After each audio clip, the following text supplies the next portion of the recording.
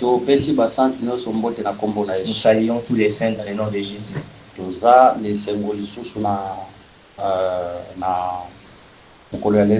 Nous sommes encore dans la joie aujourd'hui de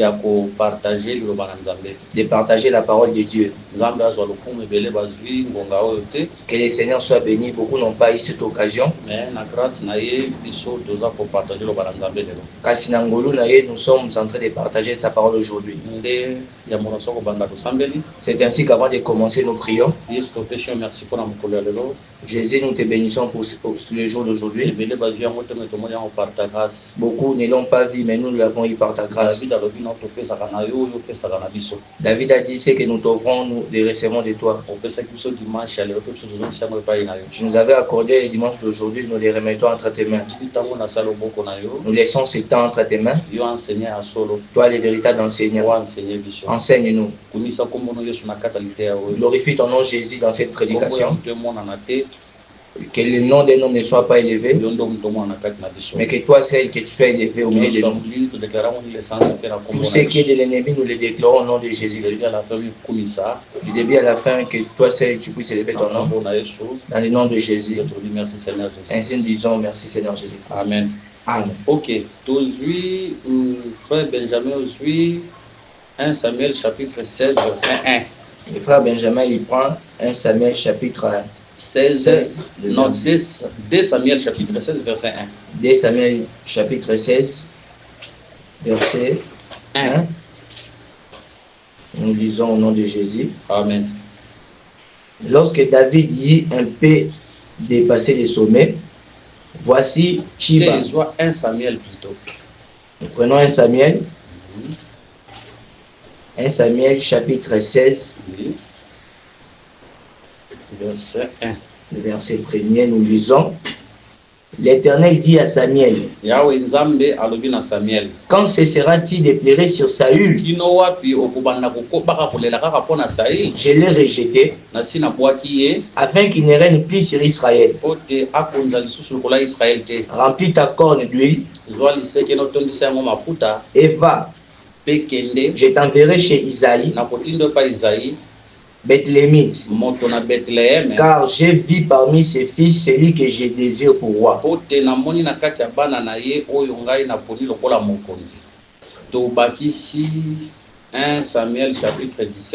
Nous ajoutons 1 Samuel chapitre 17.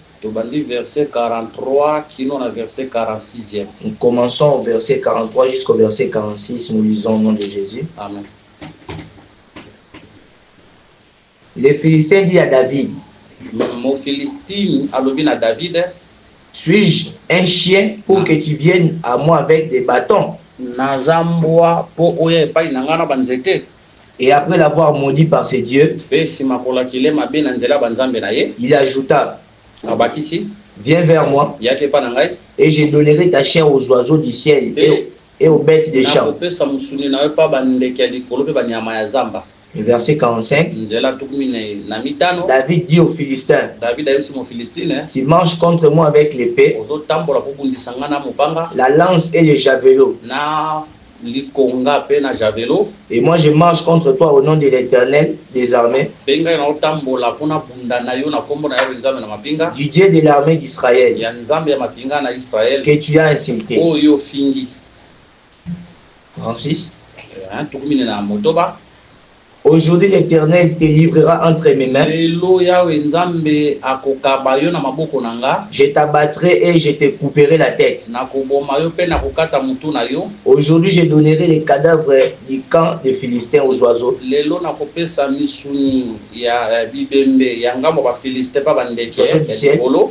Et aux animaux de la terre. Et toute la terre saura qu'Israël a un Dieu. Nous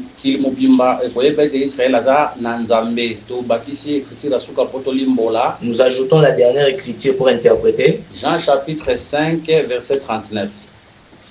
Jean chapitre 5, le verset 39.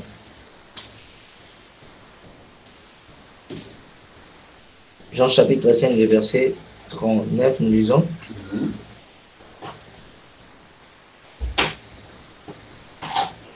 Vous sondez les Écritures parce que vous pensez avoir en elles la vie éternelle.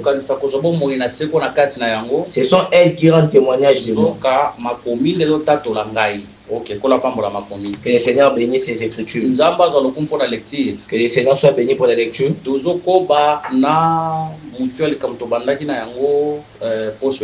Nous continuons avec les thèmes que nous avons y abordés la semaine dernière. Où nous avons y parlé sur Isaïe et Bethléemites. C'est en cela que nous sommes en train de continuer notre marche.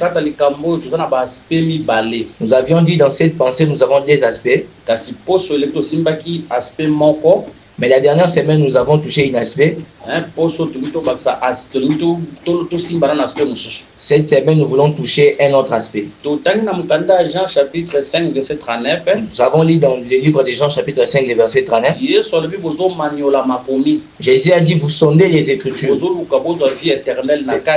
et vous cherchez à avoir en elle la vie éternelle. Cependant, les Écritures rendent témoignage de moi. Si les Écritures rendent témoignage de Jésus, c'est pour parler de la vie éternelle que les hommes cherchent dans les Écritures. C'est Jésus. Lorsqu'ils sondent les Écritures, ils savent bien qu'à l'intérieur il y a la vie éternelle. Cependant, ils ne les connaissaient pas. Or, la vie éternelle, c'était la personne qui était au milieu d'eux. Elle leur avait dit que les Écritures rendent témoignage de moi. Autrement, on peut dire que la vie éternelle que vous cherchez, c'est moi. La semaine dernière, on avait touché dans l'aspect comment?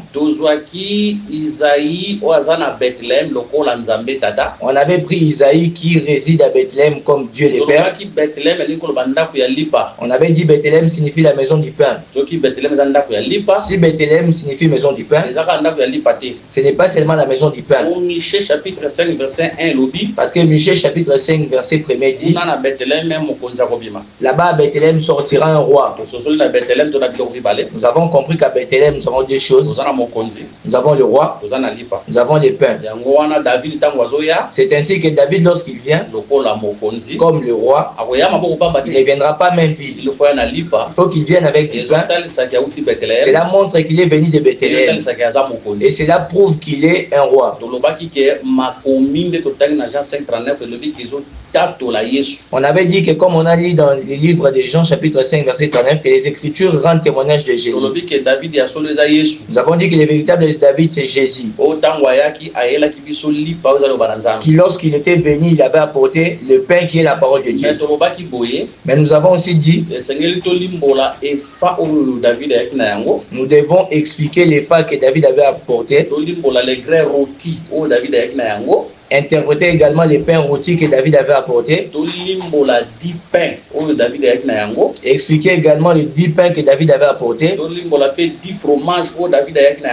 Interpréter aussi les 10 fromages que David avait apportés. 1 Samuel chapitre 17, verset 17 à 18. Ce que nous disons, c'est écrit dans le livre de 1 Samuel chapitre 17, commençant par le verset 17 jusqu'au verset 18. Mais pour aujourd'hui, cette pensée-là, nous allons la toucher prochainement. Nous l'avons d'abord laissée, mais nous la reviendrons. Aujourd'hui, nous touchons d'abord une autre pensée. Nous prenons d'abord une autre pensée. Donc pour nous, nous l'avons vu que c'est pas trop long. Nous allons la finir aujourd'hui.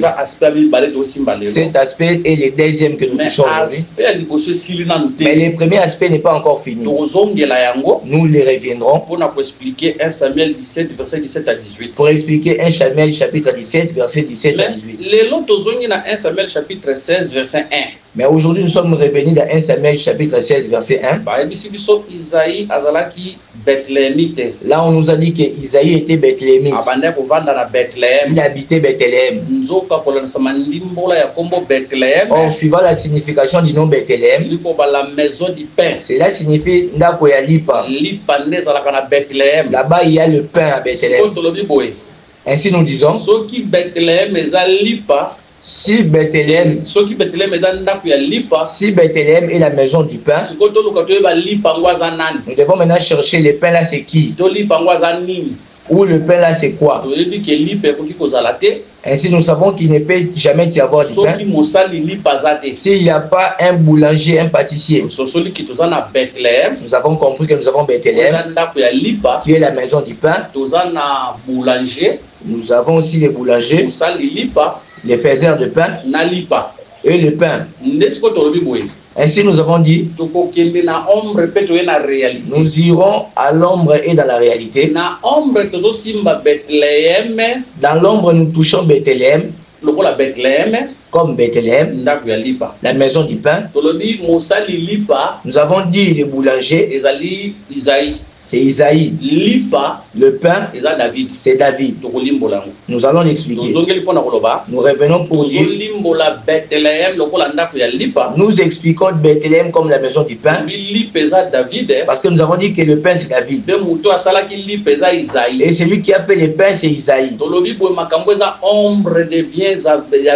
Nous avons dit que Makambo et Zali, ces choses sont ombre des biens à venir. Nous devons bien la toucher pour dire.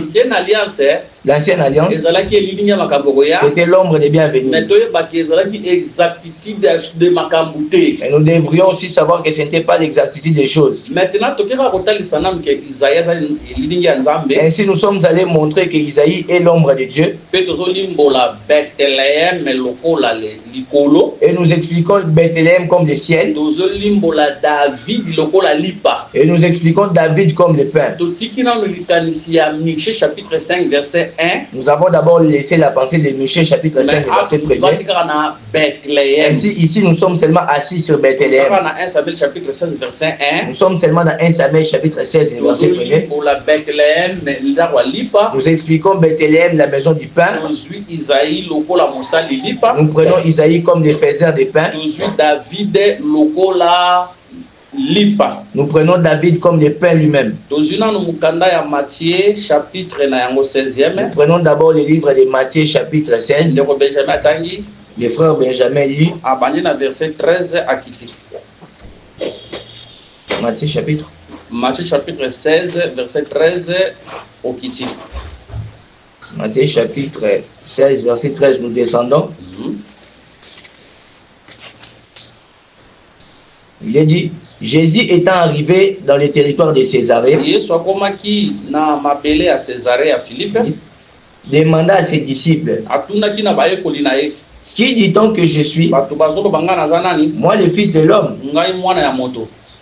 Ils répondirent, les uns disent que tu es Jean-Baptiste, les autres Élie, les autres Jérémie, ou l'un des prophètes. Nous arrêtons là.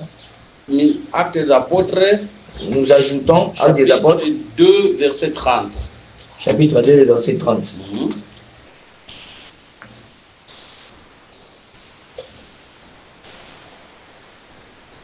Actes des apôtres, chapitre 2, verset 30. Comme il était prophète, nous commençons par le verset 29. Homme frère, qu'il me soit permis de vous dire librement au sujet du patriarche David.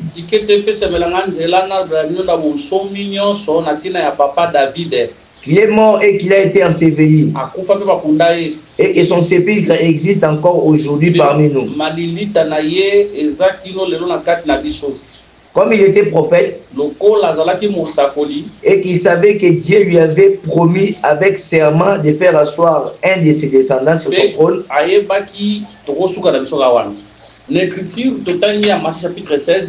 dans l'écriture que nous avons lue dans Matthieu chapitre 13, Jésus était arrivé dans un endroit de Césarée de Philippe. Il posa la question à ses disciples, et si les gens disent quoi de lui? Les disciples répondirent,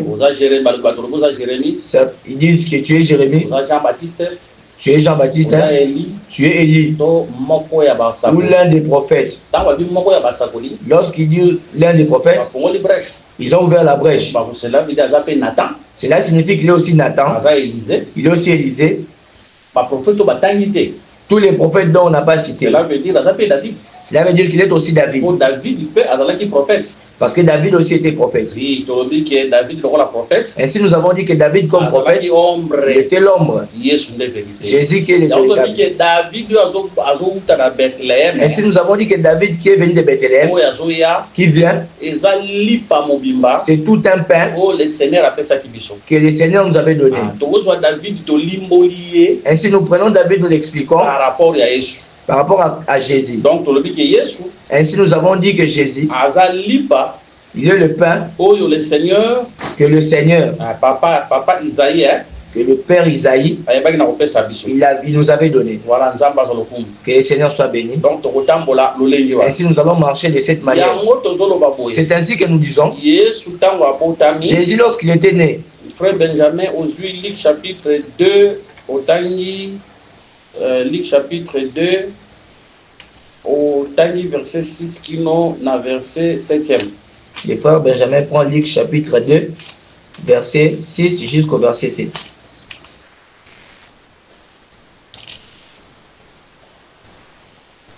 Nous lisons.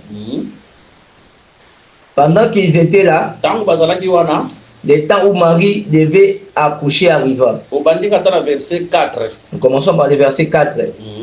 Joseph aussi monta de Galilée, de la ville de Nazareth, pour se rendre à Judée, dans la ville de David, appelée Bethléem, parce qu'il était de la maison de la famille de David, afin de se faire inscrire avec Marie, sa fiancée, qui était enceinte. Verset 6. Pendant qu'ils étaient là, le temps où Marie devait accoucher arriva. Et elle enfantant son fils premier-né, elle le maillota et le coucha dans une crèche, parce qu'il n'y avait pas de place pour elle dans l'hôtellerie. Que le Seigneur bénisse ces écritures. Donc cette écriture est pour confirmer que Jésus est un pain. Il est né à Bethléem et on l'a pris, on l'a mis dans une crèche où les animaux mangent, pour dire ces animaux-là montrent l'humanité tout entière qui avons manqué à manger. Ainsi Jésus, qui on l'a mis dans une crèche, c'est lui la nourriture. Comme il était né à Bethléem, qui est la maison du pain, c'est pour dire qu'il était né. C'est Jésus-là qui était né, c'est lui le pain. Quand on l'a mis dans une crèche, c'était pour dire c'est lui le pain. Que le Seigneur vous bénisse. Mais si nous regardons dans l'ancienne alliance, lorsque David était venu, nulle part on a vu où on a mangé David. Ainsi nous avons dit que l'ombre, ce n'est pas l'exacte représentation des choses.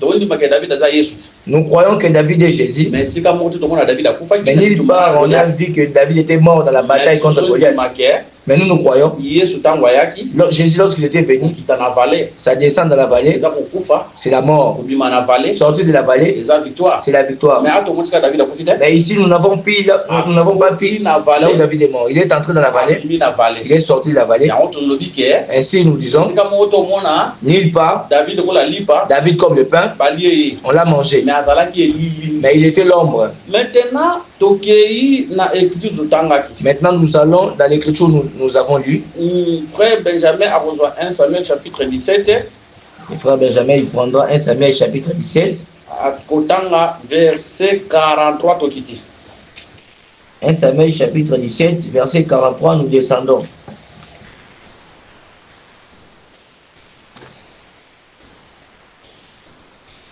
Tangi. Lisons. Les Philistins disent à David, mon Philistin, David, suis-je un chien pour que tu viennes avec moi avec des bâtons? Et après l'avoir maudit par ses dieux, il ajouta, viens vers moi, et je donnerai ta chair aux oiseaux du ciel et aux bêtes des champs. David dit aux Philistins, tu marches contre moi avec l'épée, la lance et les javelots. Et moi je marche contre toi au nom de l'Éternel des armées, du Dieu de l'armée d'Israël, que tu as ainsi dit. Aujourd'hui l'Éternel te livre entre mes mains. Je t'abattrai et je couperai la tête. Aujourd'hui je donnerai les cadavres du camp des Philistins aux oiseaux et aux animaux de la terre. Et toute la terre saura qu'Israël. Nous nous arrêtons là, que le Seigneur bénisse ces écritures. Si nous suivons ces écritures, nous aurons deux nourritures. Deux nourritures. Goliath dit, toi David, j'aurai ta chair, je la donnerai aux oiseaux du ciel et les bêtes sauvages. Et David dit, toi Goliath, je prendrai ta chair, je la donnerai aux oiseaux du ciel et les bêtes des champs. Ainsi, il était la nourriture. Goliath également, il était aussi la nourriture. Il y a combien de nourriture? Deux nourritures.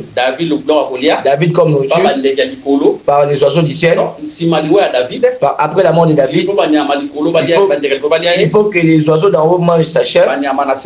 Les bêtes des féroces mangent sa chair. Après la mort de Goliath, il faudrait également que les oiseaux d'en haut lui mangent. Les oiseaux d'en haut lui mangent. Et que les bêtes des champs les mangent aussi. Que le Seigneur bénisse ses ennemis. Merci Seigneur. Merci Seigneur. David dans le verset 46. Parce que David dans le verset 46, aujourd'hui, il dit le lot. Aujourd'hui on a le lot, ce jour-là, c'était le 40e jour. Goliath avait régné. Le 40e jour. Mais le 40e jour, ça tombe aujourd'hui. Donc en français, la Bible. Ainsi, les Français de la Bible et les Français de Dieu, ça se diffère. Aujourd'hui, c'est aujourd'hui là, comme nous les partageons, c'est un dimanche. Mais aujourd'hui, c'est aujourd'hui là, que Goliath était mort. C'est le temps de la grâce. C'est le temps de la grâce. Ainsi, nous avons dit avant ce jour, c'était hier. Donc 39 jours. Les 39 autres jours là, que Goliath régnait, nous l'avons sorti comme hier passé. Le temps de la gloire. Le 40e jour. Mais le 40e jour, c'est cet aujourd'hui. Le temps de la grâce. Le temps de la grâce. Ce qui était difficile au temps passé, mais en ce temps de la grâce, ça devient facile. Ça tombe. Ainsi nous disons, peuple de Dieu, en ce temps de la grâce, alors que les choses se sont élevées, sache qu'à la fin ça tombera. 39 jours. Parce que les 39 jours, Goliath pouvait régner. Mais c'était le temps de la gloire. C'est ça hier. Mais le 40e jour, c'est le temps de la grâce. C'est aujourd'hui. C'est aujourd'hui que Goliath est tombé dans la croix. Même si les choses sont arrivées comment, Dieu nous donnera la paix. Que le Seigneur vous bénisse. Ainsi ici on nous montre que David comme la nourriture, Goliath également comme la nourriture. Mais nous avons dit nulle part on pouvait manger David. Mais nous les disons par rapport à Christ. Parce que Jésus lorsqu'il est venu, nous l'avons montré qu'il était né à Bethléem. On l'avait mis dans une crèche pour dire qu'il est nourriture, qu'il est un pain. Nous continuons pour donner d'autres témoins. Nous prenons le livre de Jean. Jean chapitre 6. Jean chapitre 6. Jean chapitre 6. Jean chapitre 6, aujourd'hui, verset 35. Jean chapitre 6, nous prenons le verset 35. Jésus leur dit, je suis le pain de vie. Nous prenons le verset 32. Jésus leur dit, en vérité, je vous l'ai dit, Moïse ne vous a pas donné le pain du ciel, mais mon Père vous donne le vrai pain du ciel. Alors, nous voyons le Seigneur. Ici, nous voyons le Seigneur. Pour se présenter. Il se présente comme le pain. Comme le pain. Donc, comprendre que. Et si nous avons compris, s'il est le pain, cela veut dire au-dessus où il est venu, c'est Bethléem. Son père qui a donné le pain, c'est lui le boulanger. Parce que nous, pour que nous mangions le pain, il faut que les boulangers soient là. Ils fassent le pain pour que nous puissions manger. Ainsi, nous avons dit qu'Isaïe est l'ombre de Dieu, les boulangers. Ainsi, nous avons dit que David, il est l'ombre de Jésus, qui est le pain. Ainsi, Bethléem, et nous l'avons expliqué comme le ciel. Maintenant, Goliath dit à David ceci: je te tuerai et je prendrai ta chair, je la donnerai aux oiseaux d'en haut et les bêtes des champs. Ainsi, écoutons ce que Jésus dit. Nous sommes dans le livre de Jean, chapitre 6. Frère Benjamin, au verset 53. Le frère Benjamin lit dans le verset 53, nous descendons. Jean chapitre 6, verset 53. Jésus leur dit: en vérité, je vous l'ai dit, si vous ne mangez la chair du Fils de l'homme et si vous ne buvez son sang, vous n'avez point la vie en vous-même. Celui qui mange ma chair et qui boit mon sang a la vie éternelle, et je les ressusciterai au dernier jour. Car ma chair est vraiment une nourriture et mon sang est vraiment un breuvage. Nous arrêtons là. Nous arrêtons d'abord là. Ici nous voyons le Seigneur. Il se présente. Dans ce même Jean 6 là, il dit: je suis le pain. Mais ici il dit: mangez ma chair. Nous avons compris que le corps de Jésus, c'est ça le pain. Le pain, c'est ça le corps de Jésus. Ainsi nous disons que le jour où il va à la mort, avant qu'on l'arrête, lors du repas, la Bible a dit qu'il avait pris du pain, il avait pris également le vin, il avait brisé le pain, il a dit ceci: c'est ma chair. C'est devenu clair pour dire que le corps de Jésus, c'est le pain. Le pain, c'est le corps de Jésus. Ainsi Goliath dit à David: je te tuerai et je prendrai ta chair, je la donnerai aux oiseaux d'en haut et aux bêtes du champ. Pour dire ainsi, les oiseaux du ciel et les bêtes du champ ne peuvent jamais manger la chair de David si David ne meurt. Ainsi, lorsque le véritable David était venu, il avait vu que son corps était le pain. Mais ainsi, comme il n'était pas encore mort, il n'y avait pas moyen de les consommer. Pour les manger, il faut qu'ils descendent dans la vallée. Ils combattent contre Goliath, qu'ils meurent. C'est ainsi que nous allons les manger. Ainsi, nous disons merci Seigneur. Après la mort de Jésus, aujourd'hui, nous mangeons sa chair. La chair que nous mangeons, les Juifs avaient cru que c'était une chair physique. Non, ce n'est pas une chair physique. C'est l'enseignement que nous mangeons aujourd'hui. Ainsi, ici, nous disons: les oiseaux du ciel et les bêtes de champ qui mangent la chair de David montrent l'Église, qui mangeons aujourd'hui la chair de Jésus, qui est pour nous l'enseignement des apôtres, l'enseignement dont ont approché les apôtres. Nous avons pris les oiseaux du ciel et les bêtes de champ, nous les mélangeons et nous les allons se partager. Pour dire ainsi, lorsque nous voyons les oiseaux du ciel et les bêtes de champ, nous avons dit d'abord que l'ensemble montre l'Église qui mange aujourd'hui la chair de Jésus, qui est l'enseignement. Mais nous allons dire aussi, nous avons d'abord dit que le tout là parle de l'Église. Mais nous avons les oiseaux du ciel et les bêtes de champ. Les oiseaux du ciel, c'est un peuple céleste. Les bêtes de champ, comme le peuple terrestre. Pour dire qu'à l'Église, c'est un mélange des Grecs et des Juifs. Or les Grecs, ce sont les nations. nous qui sommes le peuple céleste, nous prenons le juif, un peuple qui avait marché avec Dieu sur terre. Ainsi nous sommes réunis, nous composons un même corps qu'on appelle l'église. La nourriture que nous mangeons, c'est la chair de Jésus, l'enseignement des apôtres, c'est ça la sainte doctrine. Nous allons partager pour toucher ainsi. Nous prenons les oiseaux comme l'église, nous prenons les bêtes de champ comme Israël, un peuple terrestre. Pour dire qu'aujourd'hui nous les oiseaux du ciel nous mangeons, mais nous croyons aussi que demain Israël comme les bêtes de champ mangeront. Ainsi l'enseignement qui nous sauve aujourd'hui leur sauvera demain. Nous mélangeons, ainsi nous partageons. Là nous avons expliqué Jésus comme le véritable David, qui est la nourriture à manger. Lorsqu'il mangeait, il était une nourriture à manger, mais pour les manger, il fallait qu'il descende dans la vallée. Ainsi la vallée, c'est la mort. David dit, quand je marche dans la vallée de l'ombre de la mort, ces choses que David dit,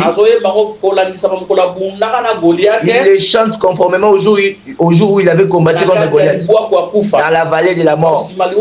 Ainsi, après la mort de Jésus, Jésus est devenu notre nourriture aujourd'hui. Nous avions dit qu'on a deux nourritures. Si David est une nourriture, Goliath également est une nourriture. Ainsi, Goliath est l'ennemi. Comment est-ce qu'il peut devenir nourriture? Mais suivons cette précision qui est là. David dit, je vais t'étiller aujourd'hui, et je donnerai le corps des Philistins comme une nourriture à manger aux oiseaux du ciel et aux bêtes des champs. Ainsi, nous avons d'abord Goliath, qui est chef, et David doit tiller. Ainsi prendre la chair de ces soldats, qu'il les donne comme nourriture et pas Israël, aux Israélites. Ainsi les oiseaux là qui ont mangé, ces mêmes oiseaux qui ont mangé, ces mêmes oiseaux qui ont mangé la chair de David, c'est eux-mêmes qui mangeront la chair des soldats de Goliath, les Philistins. Ainsi nous dirons, nous mangeons Jésus, nous mangeons aussi la parole de l'ennemi. Nous n'avons pas dit ainsi. Manger dans la Bible, c'est là plusieurs sens. Daniel chapitre 7 verset 7. Nous prenons Daniel chapitre 7 verset 7. Verset 7. Daniel chapitre 7 verset 7.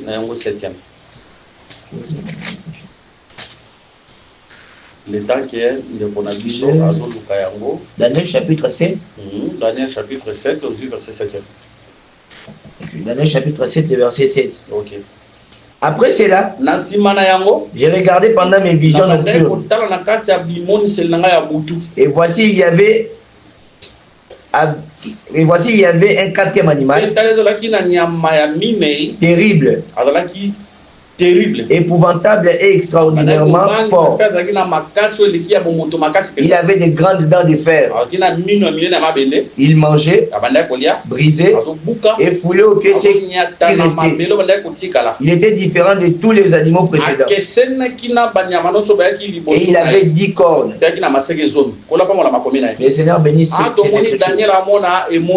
Ici nous avons vu Daniel voir la vision. Dans sa vision, il voit 4 animaux. Dans ces 4 animaux,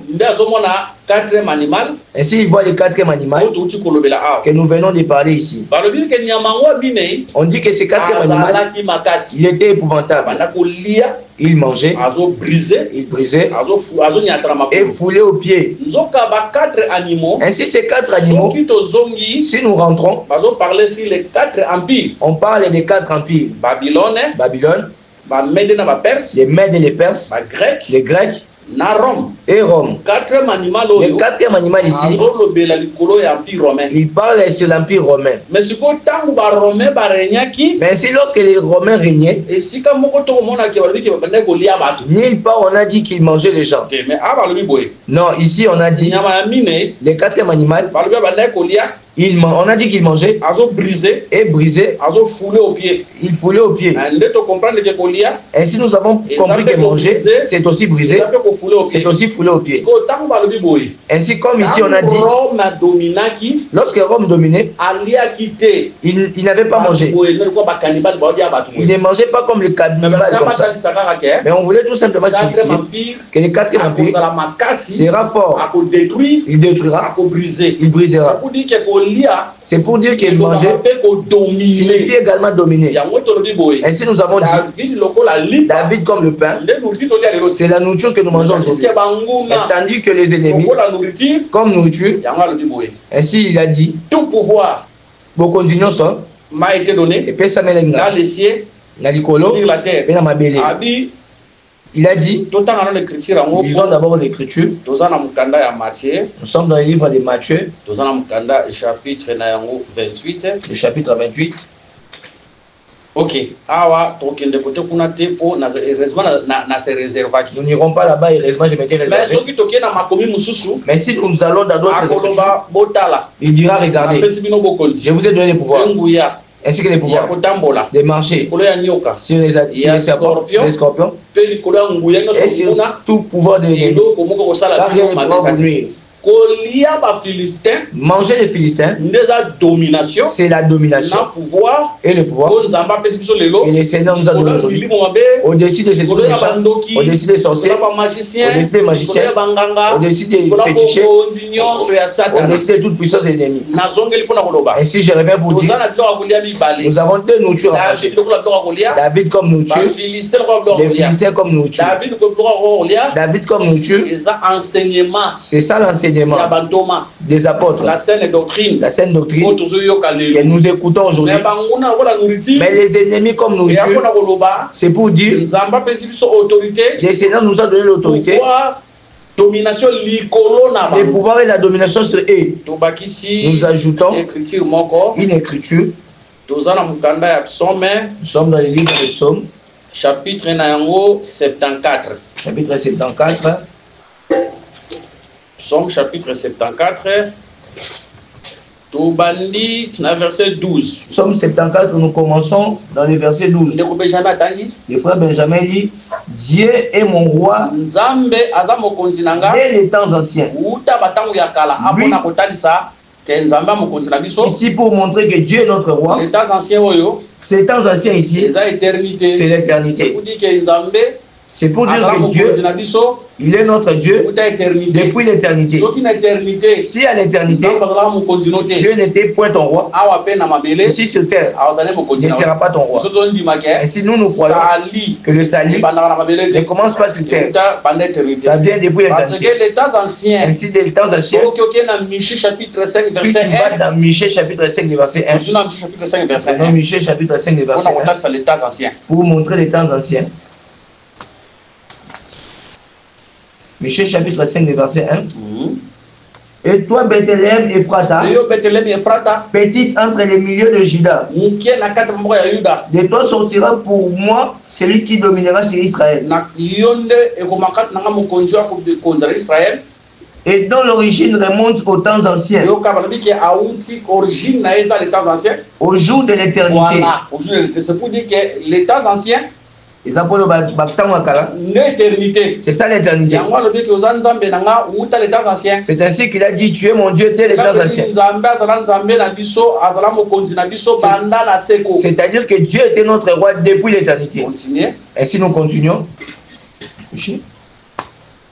Michée. Non, Psaume chapitre 74, verset 12. Psaume 74. Verset 12e. Vous allez voir là. Verset 12, oui. Ok. Lui qui opère des délivrances au milieu de la terre. Tu as fendu la mer par ta puissance. Tu as brisé les têtes des monstres sur les eaux. Tu as écrasé la tête du crocodile. Tu l'as donné pour nourriture au peuple du désert. Dans les habitants du désert. Cette mer qu'on parle ici, nous sommes dans Exode 14. Lorsque Dieu avait ouvert la mer, les crocodiles qu'on parle ici, c'est Pharaon. Ézéchiel chapitre 32. Ézéchiel chapitre 32. Ézéchiel chapitre 32, frère Benjamin. Ézéchiel 32, nous lisons.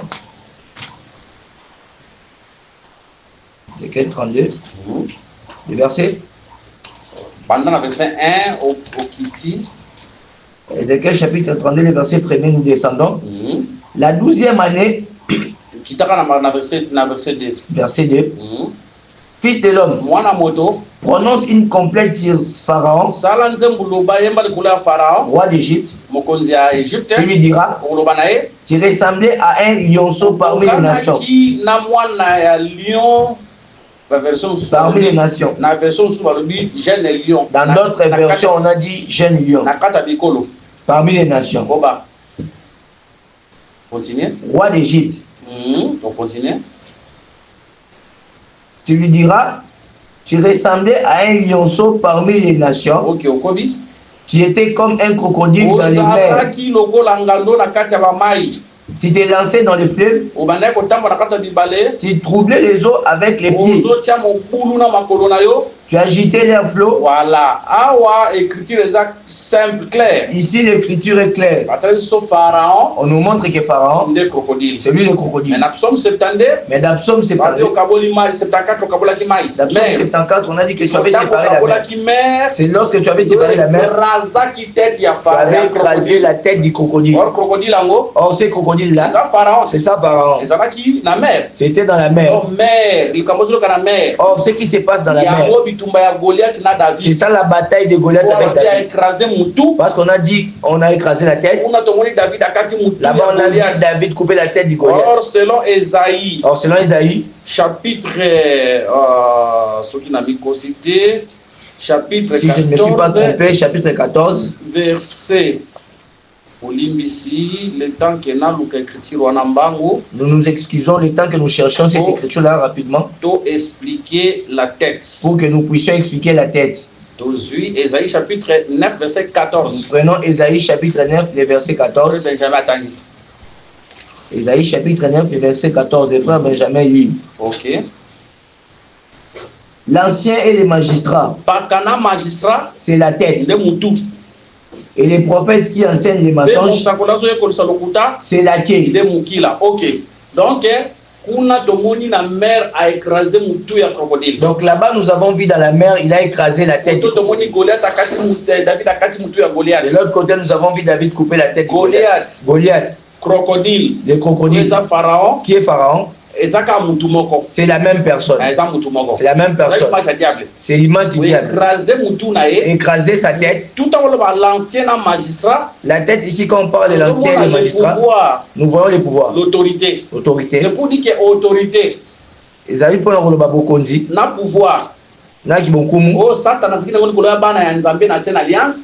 qu'avait les diables dans l'ancienne alliance, sur la croix, Dieu l'avait brisé. Pour dire qu'aujourd'hui, sur la tête de l'église, les diables n'ont aucun pouvoir sur l'église. C'est ainsi que Jésus avait dit à Pierre, tu es Pierre, sur cette pierre, je bâtirai mon église. Et les portes du séjour des morts n'apprévoteront point sur elle. Parce que le Seigneur, l'autorité des pouvoirs que l'ennemi avait sur nous dans l'ancienne alliance, les Seigneurs l'avaient enlevé. Maintenant on dit, tu avais écrasé la tête du crocodile dans la mer. Et tu l'as pris, tu l'as donné comme nourriture au peuple dans le désert. Les peuples habitant les déserts dont on parle, c'est Israël. Mais où avons-nous vu Israël manger le crocodile? Nous ne l'avons pas vu. Parce que si tu pars chercher avec les yeux là où Israël avait mangé le crocodile, tu ne le verras pas. Mais c'est un langage spirituel pour dire Dieu avait donné à Israël la victoire sur Pharaon. Jésus a combattu, il a vaincu Pharaon, il a pris la victoire, il a donné à Israël. Israël est venu d'Égypte, dominé par l'ennemi. Lorsque l'agneau est mort, ainsi comme Jésus sur la croix. Nous mélangeons la mort de l'agneau et l'écrasement du crocodile comme la même chose. Ainsi nous quittons le monde et nous venons dans les déserts. Ainsi dans les déserts, parce que nous partons vers Canaan. C'est ça l'enlèvement. Mais aujourd'hui dans les déserts, le Seigneur nous a donné l'autorité, le pouvoir sur l'ennemi. Ainsi cela veut dire nous lui consommons, nous lui mangeons. Mais cette consommation que nous mangeons n'est point physique. C'est un langage spirituel. C'est ainsi que nous rentrons, comme on avait dit au début, que Jésus, il est un pain qui était venu pour que nous lui mangeons aujourd'hui. Pour dominer sur l'ennemi, il faut que tu manges Jésus comme la pain. Mais si tu ne manges pas Jésus, tu ne mangeras pas l'ennemi. Il faut d'abord commencer par consommer Jésus. C'est ainsi que tu iras consommer l'ennemi.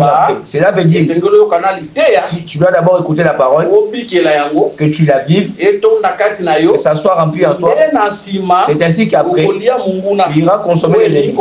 Cela veut dire que tu domineras. Tu ne peux jamais dominer si tu ne prends pas d'abord la parole. Tu ne peux jamais dominer si tu ne vis pas la parole. Ça ne se fera jamais. Il faudrait d'abord que la parole vienne à toi, que tu vives la parole, que tu la mettes en pratique. C'est ainsi que tu pourras consommer l'ennemi, qui veut dire que tu le domineras. Ainsi, nous voyons directement, lorsque Goliath est mort, Israël avait poursuivi les Philistins. Cette poursuite, c'est aujourd'hui. Ça montre qu'après l'œuvre de la croix, nous les poursuivons. Nous les chassons au nom de Jésus. Cela veut dire nous les consommons. Pourquoi? Parce que Jésus était mort sur la croix. Il est devenu nourriture parmi nous. Dans cette nourriture-là, il y a l'autorité, il y a le pouvoir, il y a la domination au-dessus des ennemis. Si aujourd'hui, les ennemis deux fois, nous les chassons, ils ne partent pas. Les problèmes subsistent. C'est parce que nous ne voulons pas consommer la parole dans son entièreté. Nous écoutons la parole, mais nous ne la mettons pas en pratique. Mais si nous écoutons la parole, nous la mettons en pratique, dans cette parole-là, la domination y est, l'autorité y est, il y a le pouvoir. Dans cette parole-là, nous n'irons pas chez les fétichiers, chercher l'herbe quelconque. Nous n'allons point chercher des cordes de fil à mettre dans la hache, parce que la parole de Dieu a la puissance, et ainsi la parole de Dieu, elle est elle-même la puissance. Quand elle est en nous, elle nous a rendu les puissants. Que les Seigneurs vous bénissent. Aujourd'hui, nous nous arrêtons ici dans cet aspect. Par la grâce de Dieu, la prochaine fois, nous reviendrons dans les premiers aspects pour expliquer 1 Samuel 17 à 18. 1 Samuel 17, le verset 17 à 18. Pour aujourd'hui, nous nous arrêtons ici. Que les Seigneurs vous bénissent. S'il y a des questions, nos numéros sont là. Plus 243, 99, 88, 77, 333, plus 243, 84, 22, 64, 114. Que les Seigneurs vous bénissent. Nous nous retrouvons prochainement.